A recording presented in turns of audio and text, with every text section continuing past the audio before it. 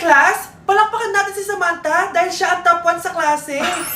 Thank you guys! Mag-aral din kasi kayo na maayos. Paano nangyari yun? Nag-review naman ako buong gabi ah. Tama naman lahat ng sinagot ko sa exam. Oh, Scarlett, bawi ka na lang ha. Ikaw ang pinaka-lowest. Talaga ba, Samantha? Alam naman nating dalawa kung sino talaga yung top 1 at hindi ikaw yun. Ilusyonada ka talaga kahit kailan. Loser! Ang dali-dali lang ng exam, di niyo pa nakuha? Ano bang ginawa mo, Samantha? Bakit perfect ka? Stock knowledge! Wala ba kayo nun? Kailangan ko malaman kung anong ginawa mo, Samantha.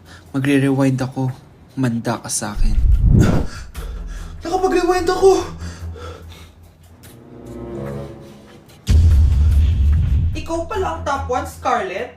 Tignan ko na lang kung sino magiging top 1 after neto. Ha? Bawal yun na! Okay, class, start na tayo. Class, magle-lesson na tayo ah! Ma'am, bago mo ituloy yan, may kailangan ka malaman.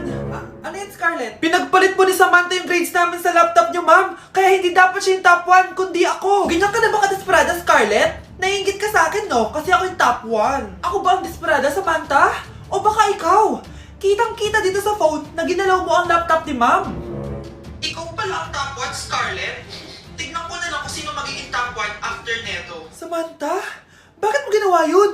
Alam mo bang major offense yun, ha? Sumama ka sa akin. Ipapatawag ko mga magulang mo. Ma'am! Paano nagawa ni Scarlett yun? Alam ko walang tao nun. Paano siya nakakuha ng video? Scarlett, paano mo nagawa yun? Ha? Ang alin? Nakita kita kanina. May hawak kang relo. Tapos, bigla ka na lang nawala. Nakita mo yun, Cheska? Huwag kang maingay, ha? Dahil ang relo na to may sumpa. Ano bang meron yan sa relo mo? Dahil galing to sa